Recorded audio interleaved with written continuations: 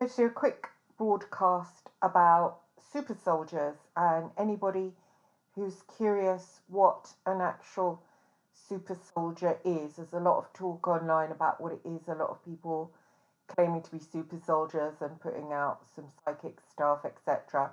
So, the super soldier programs they actually came from Project Paperclip, and Project Paperclip was a project code name in World War II after the Nazis were captured. Were they captured? Were they just let free? We don't know. But certain scientists were kept, including the work of Dr. Joseph Mengele. And the work for Joseph Mengele was a lot of this the mind control projects. And basically, they discovered if they inflicted trauma on a child, that the child would then split, its persona would split and it would create alter personalities, which they discovered they could do deliberately. So sometimes it does happen if a child is badly abused in early childhood. They discovered they could do it deliberately, so they did it deliberately, and then they took one alter of that child and using hypnosis and black shamanism got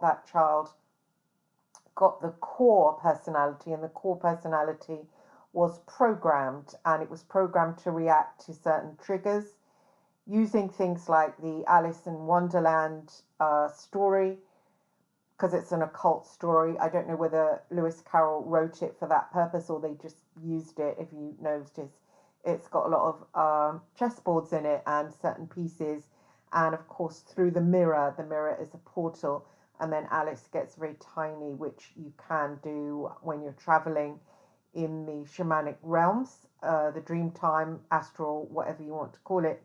And so the occultists use this, and they realized that they could create slaves. And basically, it was a form of slavery. They call it monarch slaves, and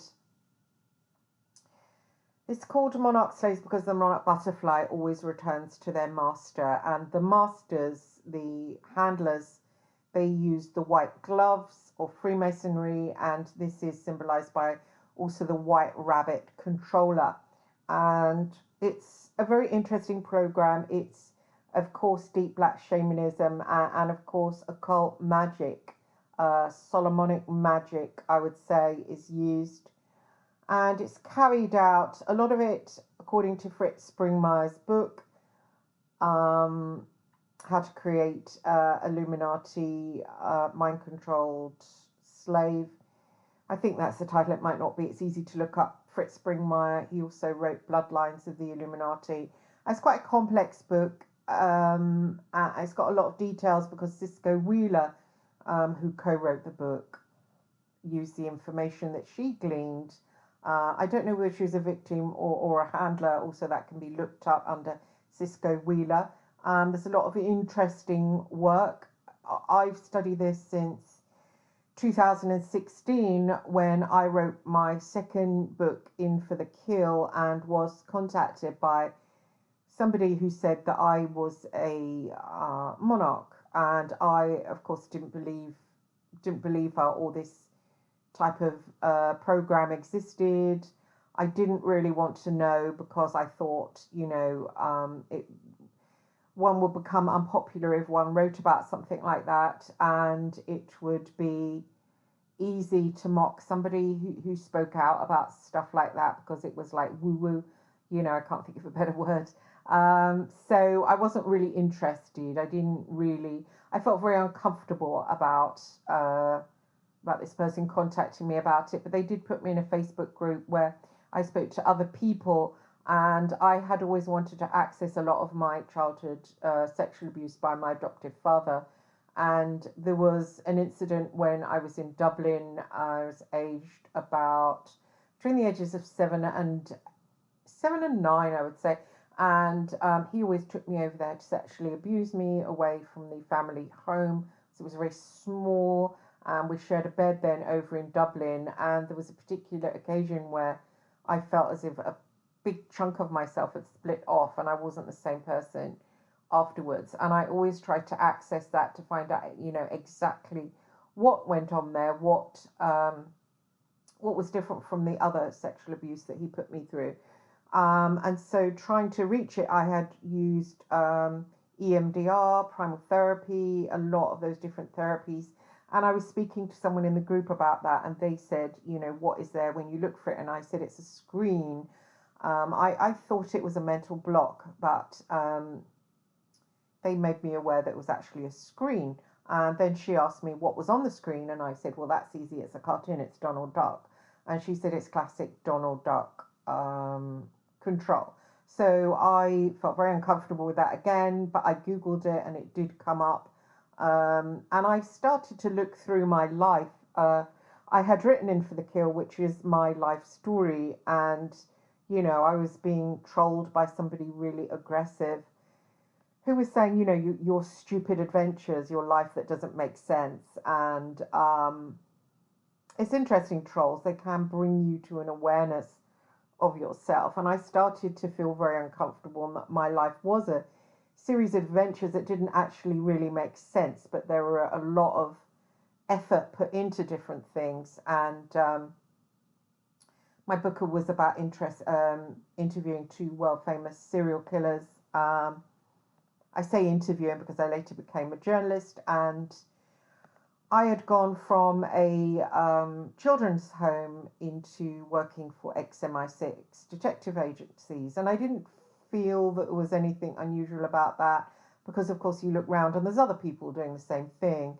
and so you don't see yourself as any way being unusual. But when this woman pointed out that the programs used people and it was connected to the security services, I started to see the connection there. And I wasn't very happy with the way my life had gone. I'd worked very, very hard, 7 days a week, and ended up poor. And this, after I looked into various other monarchs that Kerry Cassidy termed super soldiers, I saw that was a lot of similarities, and I started to feel uncomfortable. But it's not something that you want to be, because it's something that means that you've been controlled most of your life, and it's something that means that if you are cast aside, that there's no real way back up the ladder from that. And oftentimes monarchs are used in different arenas, and they do rise to the top in these different arenas. So it's quite hard to have had a life where you have a lot of power and you're looked upon as having a certain amount of genius, and then to crash down, because it's not a natural ascension. It's someone else pushing you into that position. And of course, when they've finished with you, when you fulfilled their agenda, being cast aside, it's not, you haven't reached that plateau by yourself. So it's easy, just without that guiding hand being there, to just crash right down, and to not be able then to climb back up, to not be able to get a life back for yourself. So just to go over what happened to me after I was contacted, I looked back over my life and saw that the criteria did fit. I invited Fritz Springmeier on my radio show, and he went through it with me. Basically, I had been born of a schoolgirl mother, and then she dumped me in a Catholic-run orphanage, and I was basically, there was a lot of Catholic priest involvement, and according to Fritz Springmeier, the Catholic priests are very involved with this Nazi MI6 connection with CIA, etc., over in that country, and the Vatican and the Jesuits control the planet, basically. I don't know if this is true. I can just say my experience. So basically, I was given to a family that were half military and half Vatican connected. There was a nun who was my aunt, who oversaw my childhood, and my father was sexually abusive, and my mother beat me regularly on the backs of my legs with a stick, which made me leave my body and disassociate. And so they also took me back to the kids' home, the Catholic kids' home in St. Charles Square, Crusades of Rescue, it was about twice a year. We used to go for parties and we used to have to queue up. And it was always a focus put on jelly and ice cream. You have jelly and ice cream. Just think of that. Just think of that. And I found it very painful to go, often screamed and cried. And it was hard to see my father in the parts of the orphanage where there was young children who would scream, crying to his feet and be all over him like puppies wanting to be taken while I was standing there wondering was it my turn to go back. It was incredibly painful, the whole thing. So by the time I was 10, I was pretty much very out of my body and very disassociated. Had the problem of in the playground I would feel like life was a dream. And so I found out later that probably these visits to St Charles Square for these parties were programming events where they just used the Catholic children because nobody really wanted them, and they were placed with families that didn't care about them. So, you know, when you have a normal child, you monitor that child quite a lot to see, you know, happy, they're healthy. Whereas in adoption homes, a lot of the time, the children aren't monitored in that way because it's someone else's child. A lot of the times, they don't care about the child, and so it's totally different. You're basically on your own. So I was handed to a couple that were, you know, very, very, very sick, and they shattered me further. I think more or less now reading about these programs that was done deliberately. A lot of the times, kids that are used in these experiments are kids that go into care and kids that go into hospitals, kids that go into borstalls, and they are all fodder for these very secret programs, very nasty programs. It's not a good thing to come out and claim, you know, you're a super soldier because it's a good, sounds good, you know, if you're someone online doing psychic stuff. And, you know, I saw a Spanish lady the other day doing stuff saying she was a super soldier. Well, these are really, really dark programs, and they connect demonic or Djinn entities to one of the altars, and that's to enhance it and to give it psychic abilities to become a better whatever they're going to be used for. And the various things, the boys are usually used for violence. They're usually used in experiments to become better soldiers in the military. So they might go off and perhaps commit serial murder. A few serial killers have been used in the programs, and this is the result. The girls, they do, you know, bizarre killings that nobody can make sense of, that have this demonic edge to them. That's because they've been using the programs to see how they react and what they will do. You often see these killings and these serial killers that have different alters, and they often end up in prison not knowing what the hell has gone on. Kenny Bianchi is one of these people, I would say, 100%, and certain others. Billy Hughes, who did, you know, he'd been in care most of his life, a military-connected family. When he was being transported to one prison to another, he went into a home and killed the whole family, putting them in separate rooms. So that is like a test case of the they will kind of test it and control it, and often these killers will end up shooting themselves, committing suicide, because these they're controlled. They're given a handler or various handlers that will use them as just like a slave, just like you know, an elite person might have a butler or a maid. They're not on call all the time, but you know, these handlers will have them as slaves, and the slaves will populate their industry, such as some monarchs go into the entertainment industry, and there will be handlers in the entertainment industry. They say Britney Spears is one, and then of course you get the spy industry, security service, like I went into. I didn't go into the one that is totally plugged into the government, but the ex-MI6 offices around London. You know, when you try and speak up about this, there's always some troll or other that, you know, says, oh, well, it's MI5 that's London part. These ex-officers, there are ex-MI5 officers, they're on a lower rung. I know quite a few of them. but the upper levels are the ex-MI6 ones. They're always more. They always have the work from the government, most of the black bag government, and their work that they have is absolutely amazing. I mean, it's pure spying work, and it's brilliant. Stuart Paul Robb is one. He might be retired now. When I knew him, he was knocking on a bit. Perhaps he's still going. I have signed an NDE with him, so I don't want to speak about any of his work, but. And of course, many other people work for these people. It's nothing to claim any kind of specialness for doing it. Many people work for them.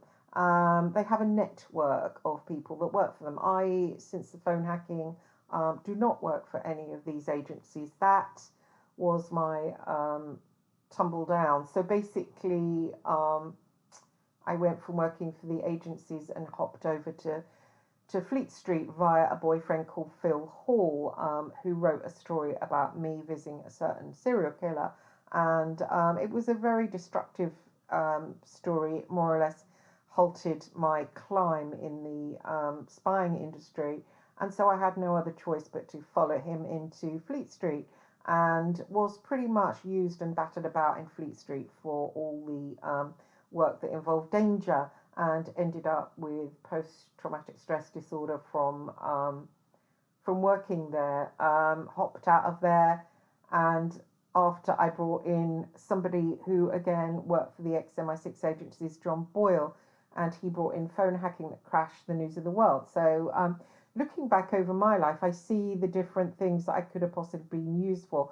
One of them was to destroy the news of the world, because the news of the world spied on the government constantly. So I know people say, oh, it was a good thing they crashed, and I can see they're a very evil organization, but they also have that tenet of keeping the government in check. You know, they would have written about what's going on now, and maybe, you know, done some exposés, some investigations, but after they were brought down,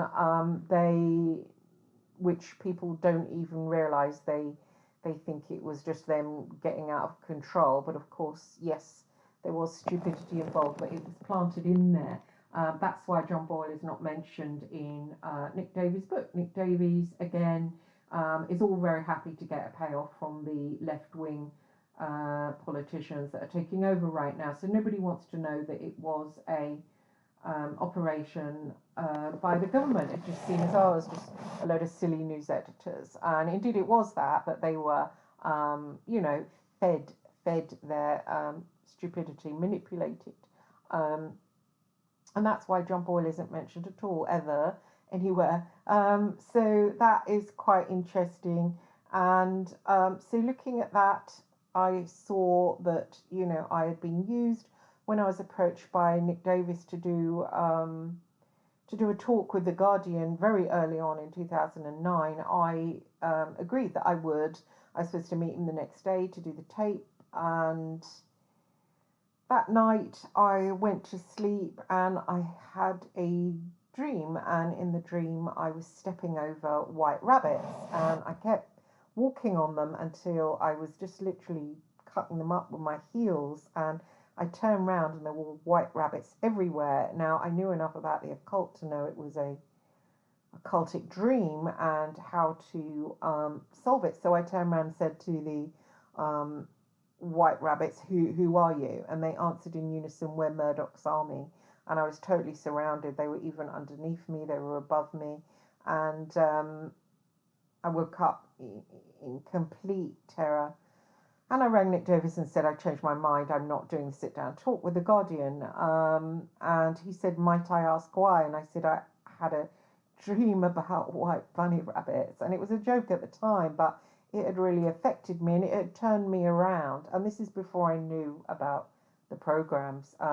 When later I was told by the same woman, and this again has been twisted against me by Miles Johnson and Kerry Cassidy, which I'm quite annoyed about, was that this woman called Anna Hart, which is a weird anagram of my name, but I don't think that she did that deliberately.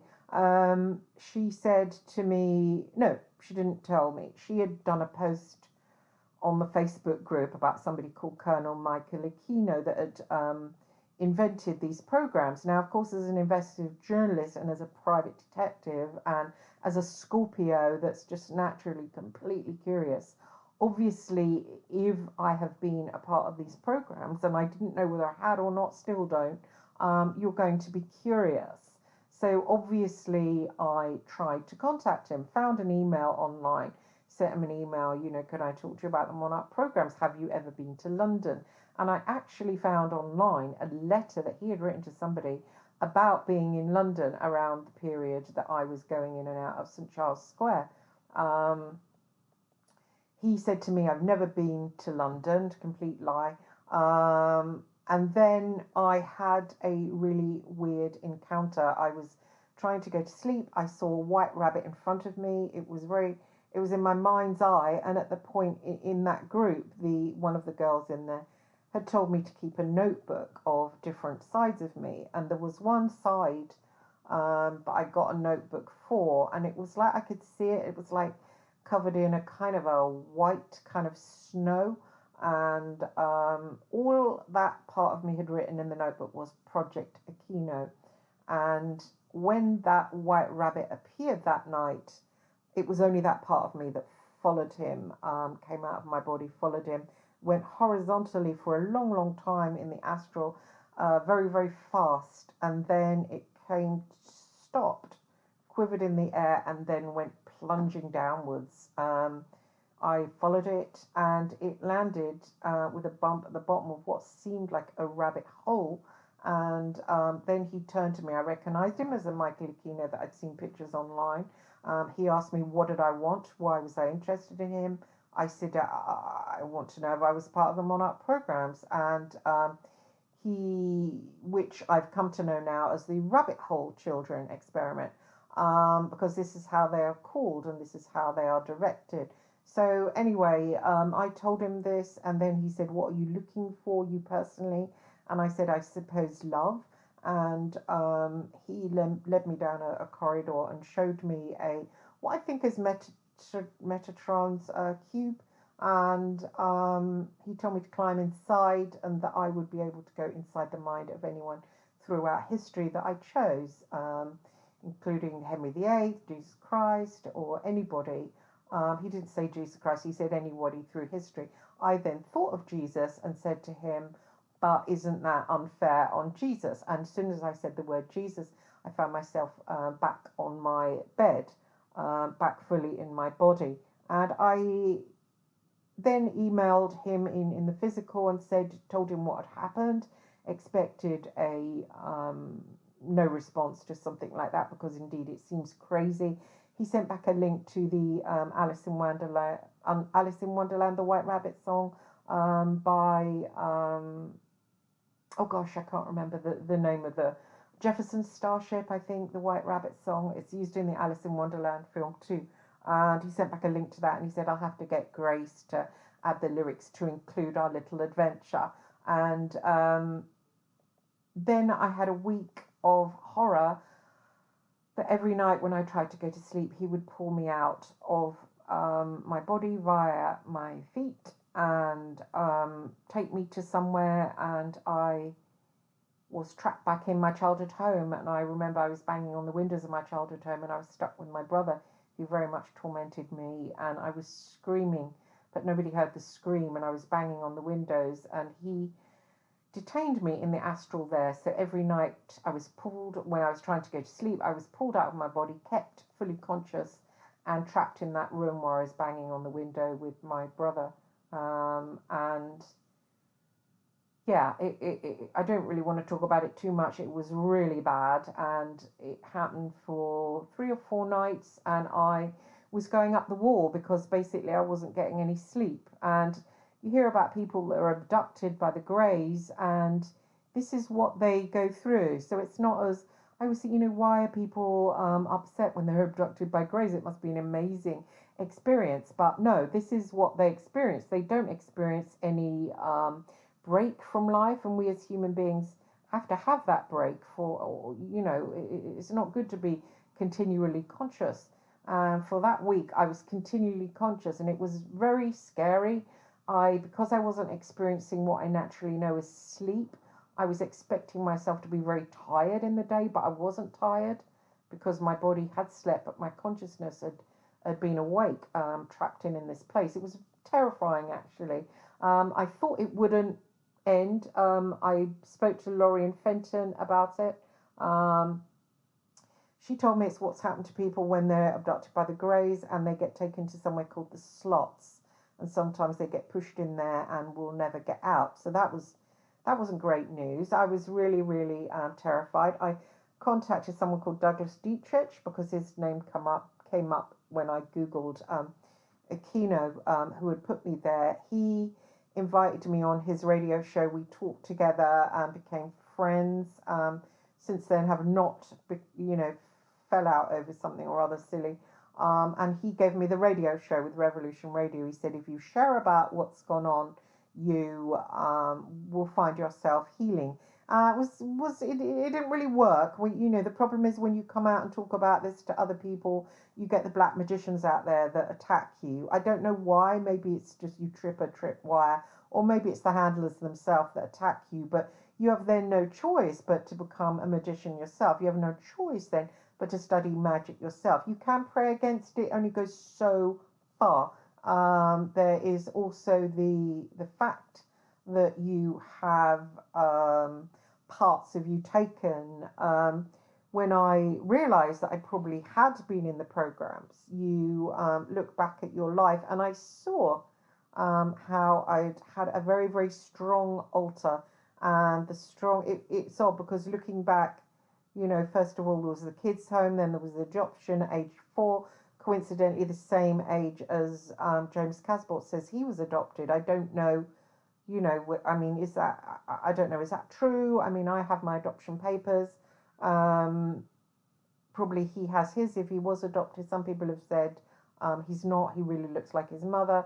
I don't know, but there must be others out there that are adopted that have gone through this, or have had experiences where people can get at them when they're children. That is the main thing, that they have to be got at when they're very, very young, and it's got to continue. That access has to continue on. So somebody in a family that hasn't got that access probably hasn't been put in the programs because it's a pretty difficult thing to administer, judging by Fritz Springmeier's book. So looking back over my life, there was the entry into being a private detective, which was quite odd the way it happened, and then to be trained as a spy.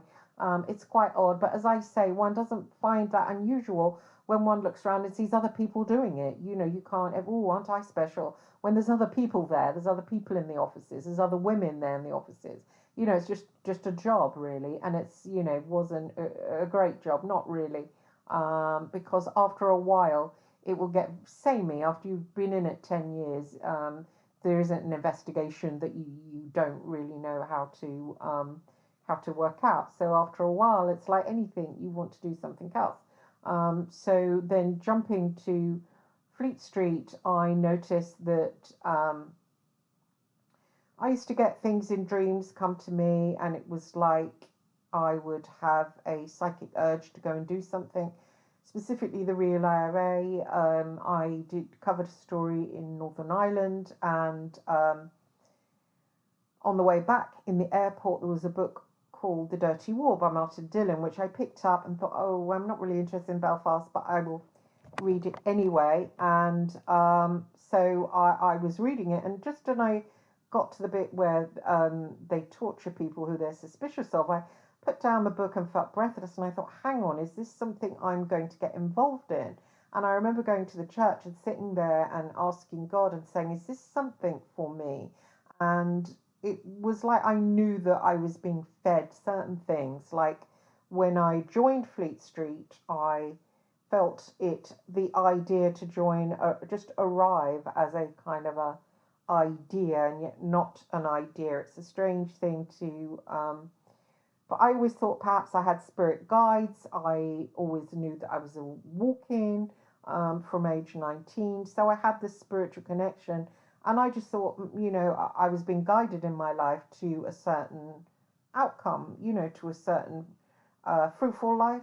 So I asked, God, whatever, is this something for me? And I got the answer, yes. So I didn't dive deep into the real IRA, but I felt things handed to me, such as I came across a contact. Next thing, another contact came to me. Next thing, the contact was telling me there was a real IRA meeting in London. I went down to Crossmaglen, and it kind of snowballed from there. And the next thing I decided I should write a novel about the real IRA, or wouldn't that be interesting? So I kept then having dreams about someone called Joe, and this Joe was my soulmate, and I had also met a psychic that said, I have someone I'm twinned with the initial J, and so obviously in the dreams Joe, I thought, oh, that's J, and he was on a boat, and he was in the real IRA, and it was somewhere in South Armagh.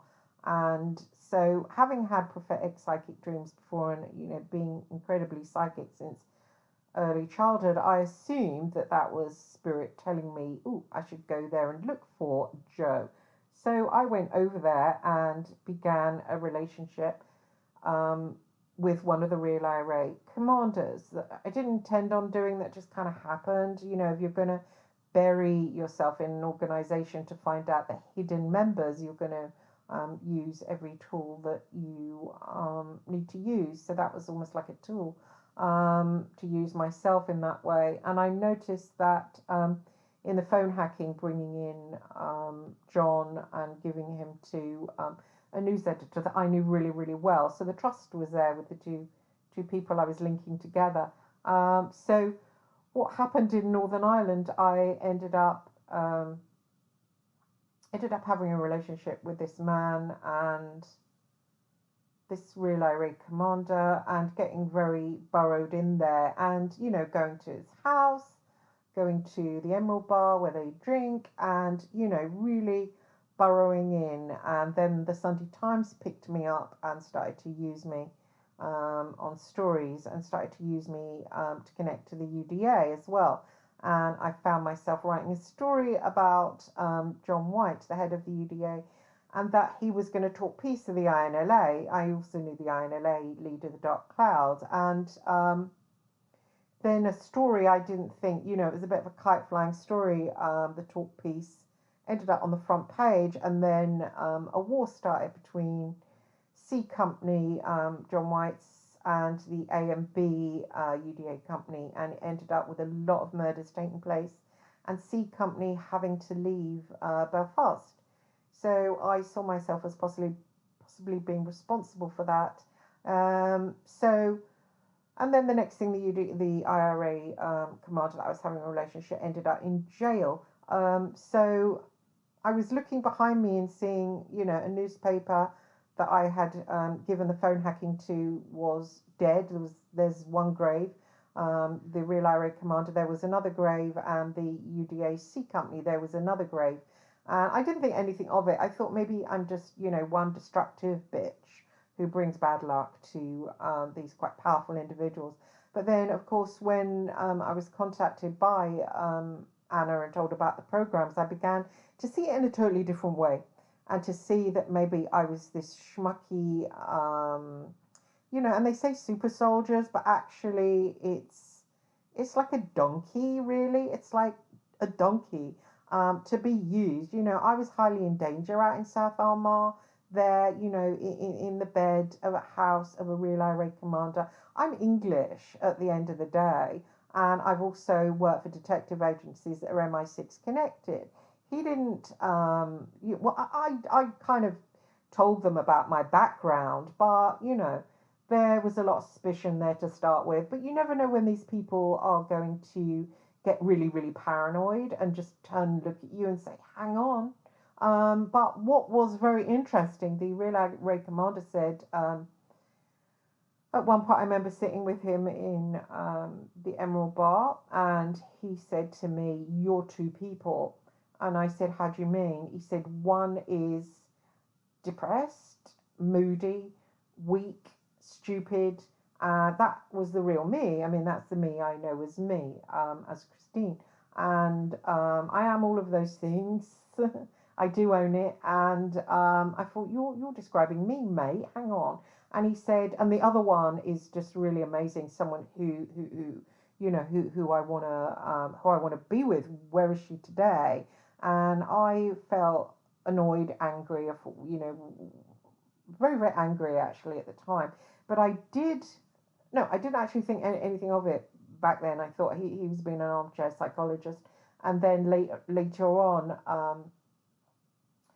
when I spoke to that Anna, I thought, hang on, could that be a part of it? Do I have an altar like they're talking about that's a spy? Is that my monarch altar? And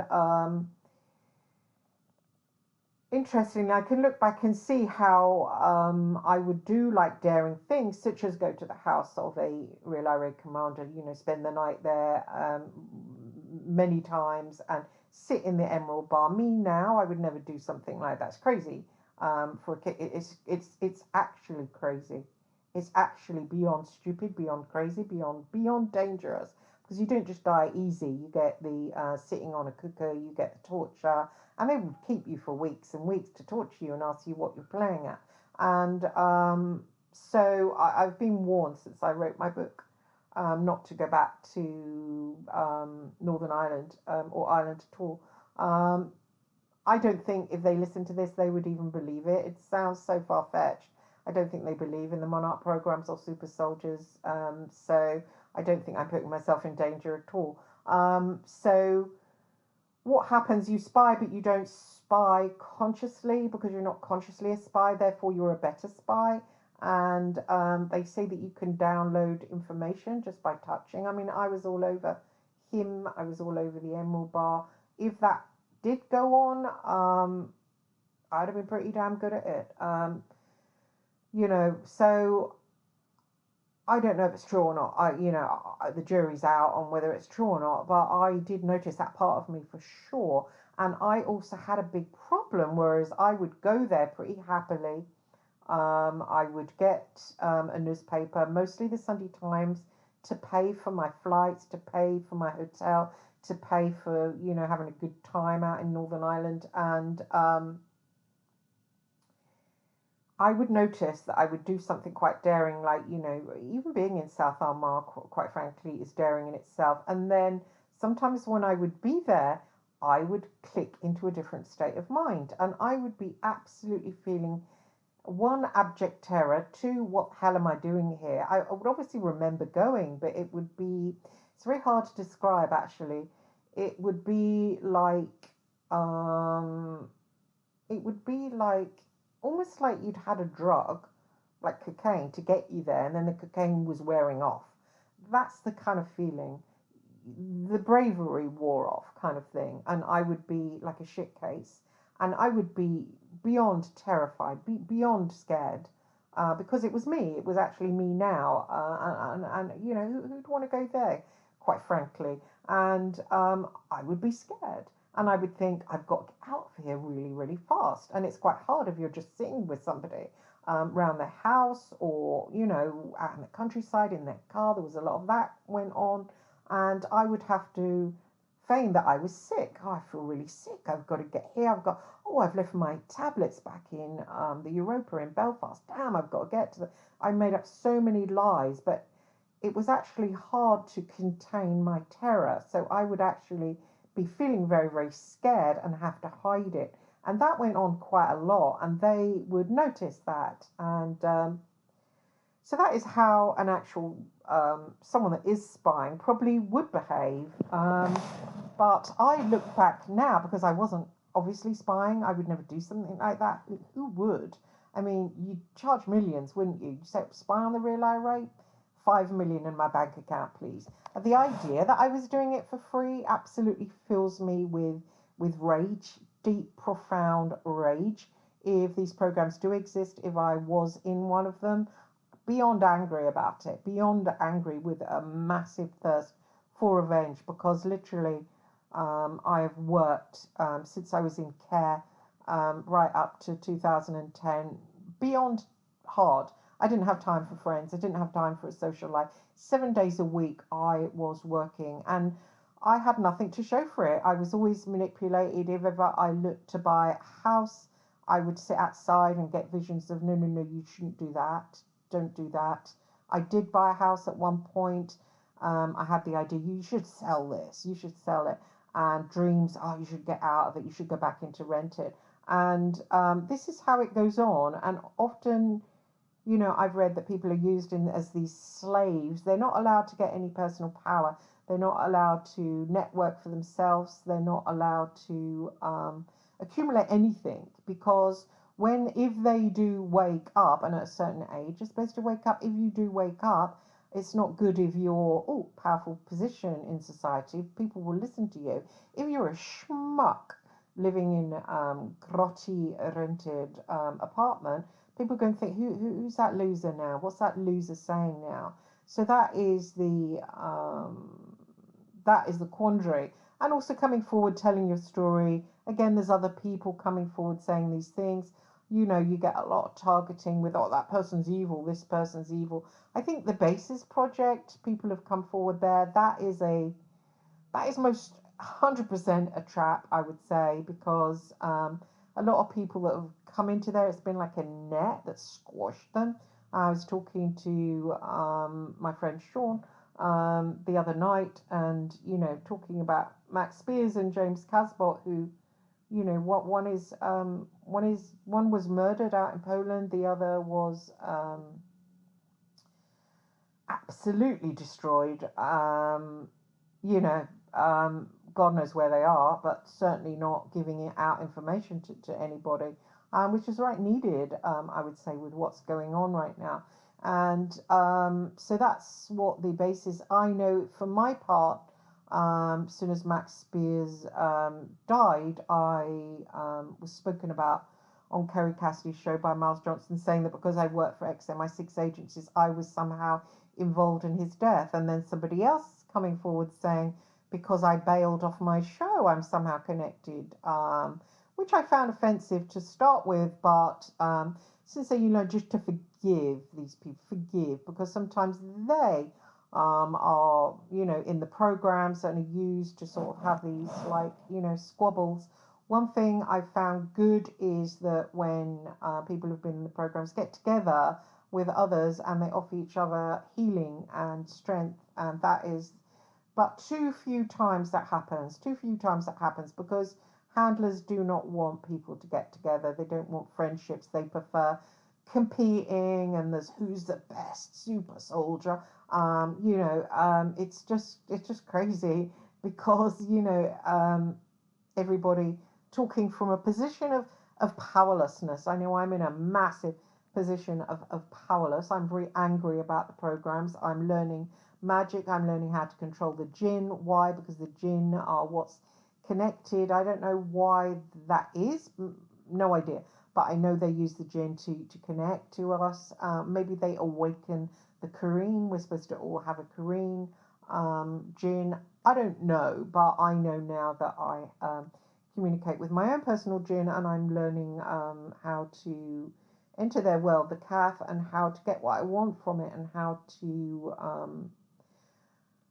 unplug myself from this control. And I've had the help of another, I would say, super soldier to unplug from the system of control. And of course, the ascension is coming in. These energies are changing. So people that have been in these programs are undoing themselves and ending up working for themselves. That's what I would want for myself, to have some kind of life, to find a life, to step out of working for others. Obviously, there's been a plug pulled on that, which is fine. I think that comes with age. I think they say 40 it breaks down, and of course with the ascension, these plugs are falling out, so these handlers are losing control. So this is a super soldier program. It's a very, very dark program. Anybody that has truly been in it, they have had dark black magic performed on them, and they have a Djinn attachment that they might well use against somebody else without their knowledge. If they haven't woken up, then they might say, dislike this person or that person. I have a bad intent. Now, that bad intent will go to that person without them knowing. Now, that's people that haven't woken up to the fact that they have a lot of power. I don't feel as if I have a lot of power right now, but I need, if somebody has come against me, to just forgive them and let go. Because if you do think of the bad intent towards them, then that will boomerang back against you in your own life, and it just ends up like a little circle of pain where you don't rise any higher. So it's always important to let go and to keep humble, and to try not to always want your own ego,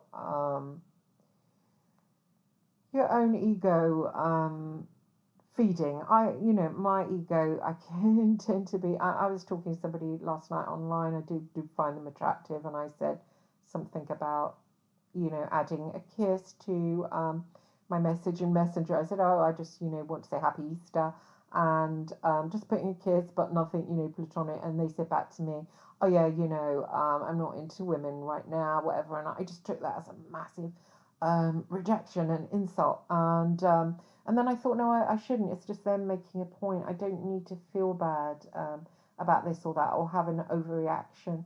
This tends to be my weakness, to have an overreaction to other people just talking about themselves mostly. Most people aren't trying to get at you or whatever, or because they don't really understand your particular pains or bruises. People can knock against one of your massive, deep, painful, dark, deep, black bruise and not know it. You've got to say to yourself that person's in their own pain. They don't really know that they're really hurting you. For me, sometimes, such as the Brian Harvey thing, him saying, you're in it with the establishment, that made me ill for a week. It made me ill, and I struggle with that. I went through the feelings of anger, sadness, and then finally ended with severe IBS. Because to end up where I am after working really hard all my life, albeit not knowing what I was doing, I mean grafting, the working class grafting out there, to have got up in the morning and just got on with, even if it was getting close to the real IRA, things like it's work, it's hard work, and that's why not many people have done it, and you have to think about it constantly. And I've worked hard all my life. I deserve somewhere to live. And so, I'm bitter. I'm beyond bitter. I don't ask for love. I don't ask for that. I don't care if I'll end up really lonely. But I do want a roof over my head. I don't want to be somewhere temporary. I don't want to be somewhere I don't like. I don't want to be somewhere where I'm scared I'll end up on the street. So that's all I ask for right now. And because I haven't been given it, I am bitter. I'm bitter about my life and how it's shaped, and I see other people, and sometimes I think they have it easy, but then I know there's others that don't have it easy. So I try not to be bitter. I try to think, well, come on, what about this person and that person? And my son always says, what about people in Africa and Liberia? Your life would seem amazing to them. You have a roof, you have a bed, you have food. And so I try and dwell on that too. And I think God sometimes tries to teach us humility. But I do get triggered sometimes if people say, oh, well, people don't say, this person or that person on YouTube says it, or you're part of the establishment, or you're in with Michael Aquino, somebody that might have possibly ruined my entire life. It hurts. It's not that it hurts. I suppose it's such a massive injustice. It's rather like, I don't know, being raped by somebody, and then somebody saying, being haunted by your rapist all of your life, and then somebody saying, you're on their side, aren't you? Which is kind of what they're saying. And so it makes me very, very angry. Livid, beyond angry, livid. It makes me, Mike Tyson wanted to go in the boxing ring. But then I've got to realise, hey, these are just people, and they're people in their pain, and they're people just lashing out because maybe they feel really, really powerless. Probably they do feel powerless, certainly in the case of Brian Harvey's position, feeling powerless, and probably a monarch himself. And my advice to him is, you can't fight back. There's no point in fighting. This that word fighting with the exclamation marks around it.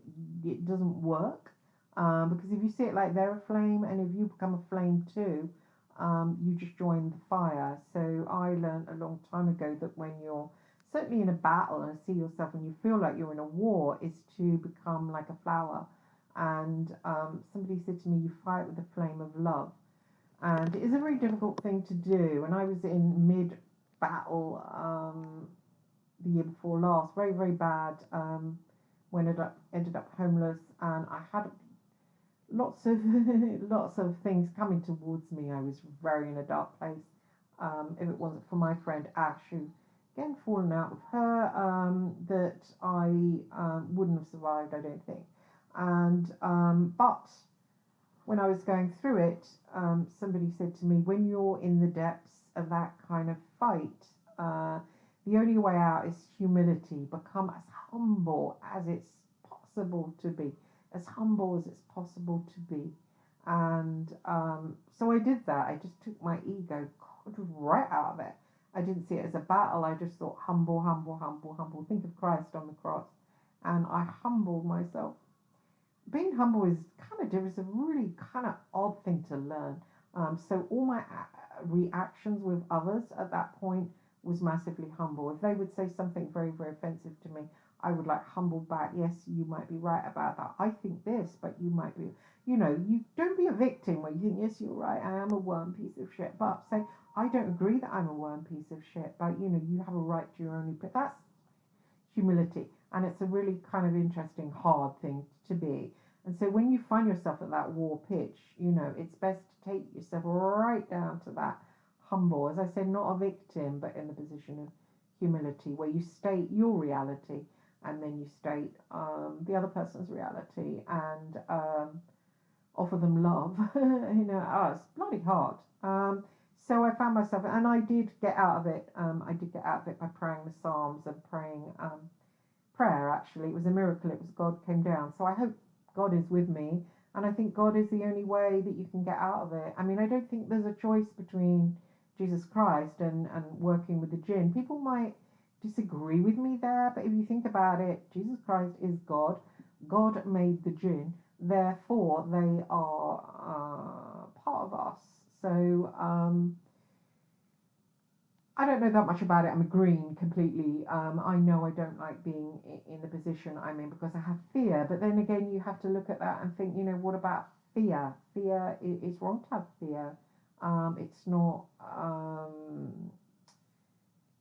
It's not connecting with God to have fear. You're supposed to have faith, not fear. So I believe I'm in a position right now where I'm meant to be afraid, and I'm meant to learn to get it out of me. It's in my stomach actually, as the IBS. I'm in agony each day. I can't really eat anything, and sometimes when I think of my stomach, I think of loads of nails in there, which were the nails of witchcraft against me. I've got help with trying to get them out, and I also pray around them each morning. And I pray to not have that fear of life, to, even if I get homeless on the street, to not have fear. I mean, at the end of the day, yeah, it's going to be cold in the winter, but there's other people, and there's probably people will pass by and give me hot drinks. I will probably survive it. What it is the fear of something more. Like people fear prison, but then you think about it, there's loads of other people going through that. I mean, they are kind of superheroes in my mind, but when you're doing it, I would say it's less scary than the thought of it. It's the idea of things. I couldn't handle prison. I couldn't, because women sometimes scare the shit out of me, and the idea of being locked up with a load of them, I just no, not gonna do that. Not gonna do that one. But I had, Graham Johnson trying to get me into prison, saying, oh, you did criminal, you did that, you deserve to go to prison. It's weird that there was a man actually against me, knowing I'm a single mother, go, you want to go to prison, I'm going to go in prison because of something I did to Liz Hurley, which I actually didn't even do. So it's on Elton John, which I didn't even do. So it's like kind of weird. But again, you have to forgive, get humble, forgive. And, realize now, we are entering a time where you can't trust other people. We're not supposed to trust other people. When it says don't put your trusting ungodly man, trusting God only. Someone said to me weirdly under a YouTube I did, how can we trust you? You used to work for XMI6 agencies. And I thought, May, I don't want you to trust me. Why? Are we going to have sex here together? You don't have to trust me. I just don't understand that. We shouldn't really, we should listen to other people with a pinch of salt. I want people to listen to me with a pinch of salt. I mean, my truth might not fit their truth. Listen, and if it jogs you, great. If it doesn't, whatever, you don't have to wholly believe one person or wholly believe another person. I think a lot of the times people are looking for leaders, or people are looking for people to be reverent around. And you should only be reverent around God, and only be looking for God to lead you, because man and woman is very sick right now. It's a really weird time, and I don't think any of us know what hell is going on. It's like a weird topsy-turvy land where everything's lost its gravitational pull. Everything's floating around. You get this person saying this is going on, other person saying, oh, that's going on. Well, it's not. That's just their view out of their little mouse-like eyes. So you can't obviously take that as gospel. You've got to say to yourself, well, what do they know? At the end of the day, it's people that put themselves up as knowing. So anyway, that's all I want to share. I've rambled on too long. About the super soldier program. It's quite interesting, but it is dark. I mean, I know there's people saying I'm a super soldier and I'm light and whatever, but they've been through something really, really dark, and so they need to get help for that. If you listen to Russ Dizdar, he's done a series on super soldiers, not done the Kerry Cassidy thing, Miles Johnson thing. He calls it the chosen ones and Satanic super soldiers, which actually is more headed in the right direction of super soldiers and what they need to go through and how they need to sort out their spiritual affliction. They've been tampered with spiritually, and they need to look into that. I'm doing my own looking into, but they are ex-slaves. It is a sad thing. It's not something that other people should look up to. Why would you look up to someone? Why would you look up to someone who's been through something where they've not known what the hell is going on? Why look up to someone who's had their personas shattered? I personally know that the side that went out there and pounded the real IRA commander and to spy and to put them in prison without knowing it, that's not me. It's a different side to me, and I do recognize that side as being strong, as being able to earn money whenever they want, as be able to, everything they touch turns to gold. This is a very strong psychic side. Me now doing this broadcast, I do have a psychic side. I can read others' energy. I can see their past. So I do have that going on as well, but not as much as that other part, which is I would say very Djinn connected and very because they very Djinn connect and very connected to that higher other world. They can do things like walk into the Emerald Bar and know that they won't get murdered because they can see ahead of time. They can see what's in everyone else's minds. So for my own part, that is me, and I miss that. Okay, it's a honed part of me, but I miss that part of me. The me now hasn't had work experience. So I'm rather like someone that's just come over from Liberia on the boat and landed. And indeed, I live in quarters like that right now, because that's who I am. That's who I am now speaking. Somebody that's not done those things, somebody that's not worked like that. And then people say to me, well, you've done a lot, but I haven't done a lot. That's the whole thing. I've done nothing. I have been sitting in the back seat while this other part of me, and I don't know where the other part of me is. Douglas Dietrich said, but you haven't needed that part when you were a mother. It's a bit like that film that was a parody of Super Soldiers, Long Kiss Goodnight, where she was a mother baking cakes and she was a certain personality.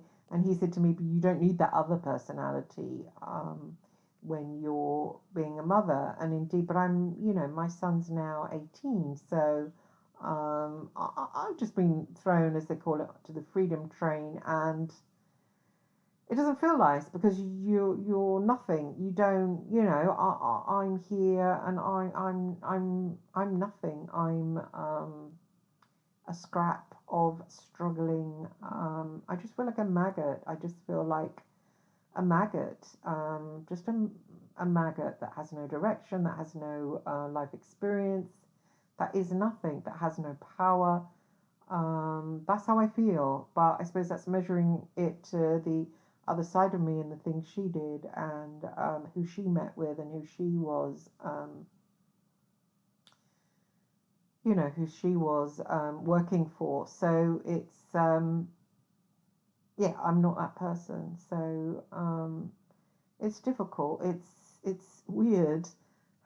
It's horrible, like a waking nightmare. I have written it all down in a book, so I can just like let go and just think, right, I'll just be this person I am now and try and find work and, try and just not let it get me down and just try and cut off from that. So I put it in a book. I've got a small publisher, that's all. If it does come out, I'll do a link below this video on it. But just to let me let go of it, because if you keep dwelling on it all the time, you will just get really like feel bad about what's happened and feel bad about how people, abuse that word super soldiers and what's gone on. And in the end, it gets so abused around it that people don't take it seriously. And those programs are horrific, just as much as the, black people were used as slaves. That's remembered. What about monarchs? No one believes it, so it's not even a question, not even real. So yeah, not great. But then we're not in a great realm right now. This 3D isn't great. I think it's almost imploding. So good luck to everybody about this implosion that's going on. God knows which way up when all the pieces land. That it just feels like we're in space and it's floating in the air. But I suppose at least the old way is over. That old rigid way of thinking, acting, to a certain extent it's over. But a certain extent, kids are being taught in school that men are bad. The male energy is really bad. Abusive energy, it's not. And there's a lot going on. There's a lot I'd like to speak about, but obviously I don't want my YouTube to crash. But good luck with everything, everybody, and thank you for listening. I hope I've helped somebody.